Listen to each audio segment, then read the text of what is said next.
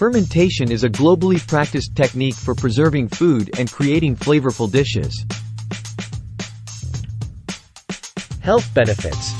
Fermented foods are rich in beneficial microbes and micronutrients like vitamin C, vitamin E, zinc, folate, phytosterols, and vitamin B12.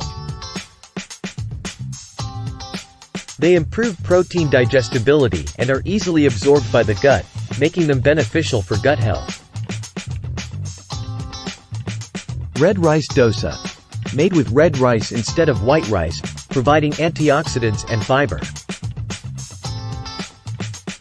Fermentation enhances its nutritional value and flavor.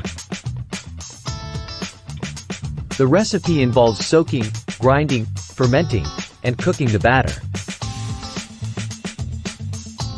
Handavo. A Gujarati savory cake made from fermented rice and lentil batter mixed with seasonal vegetables.